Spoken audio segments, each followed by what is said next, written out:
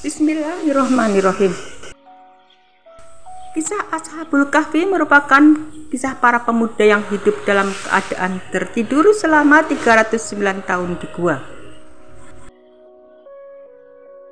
Kisah ini terjadi sebelum zaman Nabi Muhammad SAW.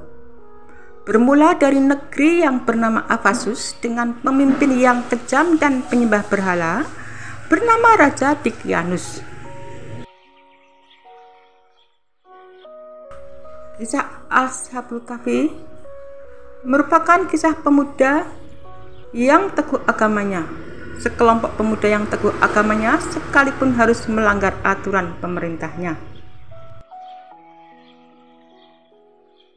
Raja Dicyanus tidak segan membunuh siapapun yang menolak untuk diajak mengikuti perintahnya dalam menyembah berhala. Hingga kabar bahwa ada sekumpulan para pemuda yang menolak menaati perintahnya pun terdengar olehnya.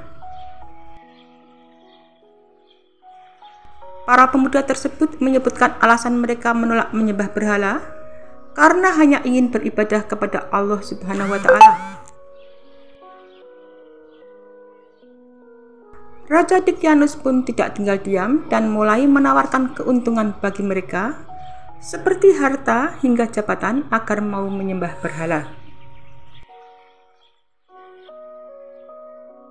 Namun mereka tetap teguh pada pendiriannya dan menolak semua tawaran menggiurkan dari Raja Dicyanus. Keteguhan para pemuda tersebut diceritakan dalam surat Al-Kahfi ayat 13 hingga 14. Allah berfirman, "Kami menceritakan kepadamu Muhammad kisah mereka dengan sebenarnya. Sesungguhnya mereka adalah pemuda-pemuda yang beriman kepada Tuhan mereka, dan kami tambahkan petunjuk kepada mereka. Dan kami teguhkan hati mereka ketika mereka berdiri lalu mereka berkata, Tuhan kami adalah Tuhan langit dan bumi. Kami tidak menyeru Tuhan selain Dia. Sungguh kalau kami berbuat demikian, tentu kami telah mengucapkan perkataan yang sangat jauh dari kebenaran." Akhirnya para pemuda Ashabul Kahfi meninggalkan kota tempat mereka tinggal dan bersembunyi di gua untuk mempertahankan keimanannya. Mereka bersembunyi di Gua Rajib yang lokasinya berada sekitar 8 km dari Amman, Yordania. Di tengah perjalanan menuju gua, mereka bertemu dengan seekor anjing bernama Kitmir yang turut mengikuti mereka.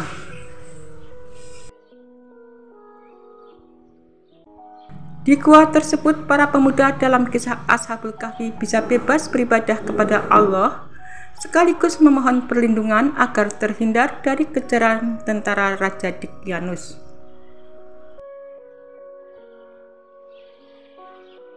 Atas izin Allah Subhanahu wa Ta'ala, Allah pun menutup pendengaran dan penglihatan para pemuda tersebut agar mereka tertidur dalam waktu yang lama. Diceritakan bahwa mereka tertidur selama 309 di gua tersebut, sebagaimana Allah Subhanahu wa Ta'ala berfirman dalam surat Al-Kahfi ayat ke-10 dan ke-11, yang artinya, ketika pemuda-pemuda itu berlindung ke dalam gua, lalu mereka berdoa, "Ya Tuhan kami, berikanlah rahmat kepada kami dari sisi-Mu dan sempurnakanlah petunjuk yang lurus bagi kami dalam urusan kami." Maka kami tutup telinga mereka di dalam gua itu selama beberapa tahun. Sebab itu, Raja Dicyanus dan pasukannya yakin bahwa para pemuda tersebut telah meninggal di dalam gua. Hingga ratusan tahun terlewati, Allah Subhanahu wa Ta'ala membangunkan para pemuda tersebut kala negeri Ephesus telah dipimpin oleh raja yang soleh, seperti terdapat dalam surat Al-Kahfi ayat ke-12, yang artinya, "Kemudian kami bangunkan mereka agar kami mengetahui manakah di antara kedua golongan itu yang lebih tepat dalam menghitung berapa lamanya mereka tinggal di dalam gua itu." Ada pendapat yang mengatakan para pemuda yang dimaksud dalam kelompok Ashabul Kahfi adalah pengikut dari Nabi Isa alaihissalam, namun jumlah mereka masih belum diketahui secara pasti, antara 5 atau 7 orang. Namun dalam penyebutan bahasa Arab dalam surat Al-Kahfi dapat menunjukkan jumlah kelompok Ashabul Kahfi adalah 7 orang.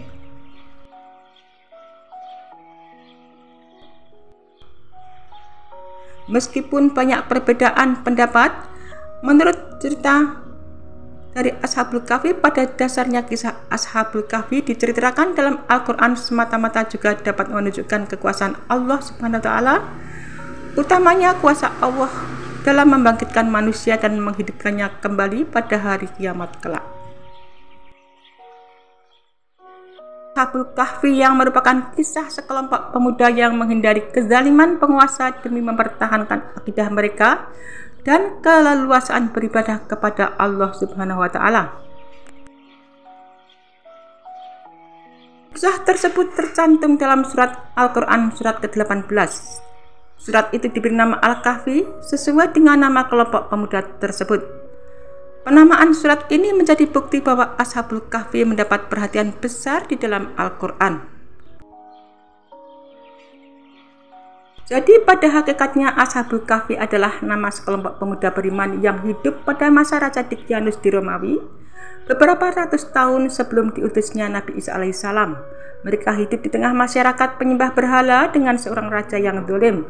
Ketika sang raja mengetahui ada sekelompok pemuda yang tidak menyembah berhala, maka sang raja marah, lalu memanggil dan memerintah mereka untuk mengikuti kepercayaan sang raja. Tetapi Ashabul Kahfi menolak perintah itu dan lari menjauh dari sang raja. Dikejarlah mereka untuk dibunuh, namun mereka selamat dari kejaran pasukan raja dengan bersembunyi di dalam gua. Ashabul Kahfi mencari tempat berlindung di sebuah gua demi menyelamatkan diri dari ancaman pembunuhan oleh pasukan Raja Daqyanus karena menolak untuk berhenti menyembah Allah Subhanahu wa Ta'ala. Mereka berdoa agar Allah senantiasa memberinya petunjuk yang lurus dalam setiap urusan yang mereka hadapi. Usaha mereka untuk bersembunyi di gua dan doa-doa mereka agar Allah senantiasa memberinya petunjuk merupakan bukti bahwa Ashabul Kahfi adalah sekelompok pemuda yang gigih mempertahankan iman, yakni iman tauhid yang hanya menyembah Allah Subhanahu wa Ta'ala. Dengan perlindungan Allah Subhanahu wa Ta'ala, mereka kemudian tidur selama bertahun-tahun di dalam gua itu. Allah melindungi mereka dengan membuat mereka tidak mendengar apa-apa. Dengan cara ini mereka tidur nyenyak sehingga ratusan tahun. Beberapa lama sebenarnya mereka tidur dalam gua itu menjadi perdebatan di antara kedua kelompok dalam Ashabul Kahfi sendiri ketika telah bangun. Mereka kemudian bangun karena Allah yang membangunkannya, sebagaimana sebelumnya mereka tidur karena Allah yang menidurkannya. Dengan kata lain, mereka tidur selama berabad-abad itu karena memang Allah menghendaki demikian dalam rangka menyelamatkan jiwa dan iman mereka. Kasir dalam tafsir Al-Quranul Azim menyebutkan angka 309 tahun untuk menunjukkan lamanya mereka tidur dalam gua. Mereka mulai tidur di zaman pemerintahan Raja Daqyanus dan baru bangun setelah raja yang berkuasa telah berganti beberapa generasi. Masyarakat beserta sang raja pada saat itu sudah beriman kepada Allah Subhanahu wa Ta'ala. Kisah Ashabul Kahfi di dalam Al-Quran bukanlah kisah yang kebetulan, tetapi Allah memang sengaja menceritakan kisah itu karena banyak pelajaran berharga di dalamnya yang dapat menjadi petunjuk bagi kita semua. Allah berfirman dalam surat Al-Kahfi ayat ke-13, "Kami menceritakan kisah mereka kepadamu Muhammad dengan sebenarnya. Sesungguhnya mereka itu adalah pemuda-pemuda yang beriman kepada Tuhan mereka dan kami tambahkan kepada mereka petunjuk." Jadi Allah sengaja mengangkat kisah Ashabul Kahfi sebagai kisah teladan dari para pemuda yang memang layak untuk menjadi suri tauladan dan generasi ke generasi. Apalagi di zaman sekarang di mana tingkat godaan lebih besar daripada zaman dahulu. Dalam kisah ini ditekankan perlunya mempertahankan iman dalam kondisi apapun. Iman memiliki peran sangat penting karena dari situlah akan lahir amal-amal soleh dalam kehidupan di dunia ini yang buahnya akan dinikmati terutama di akhirat kelak.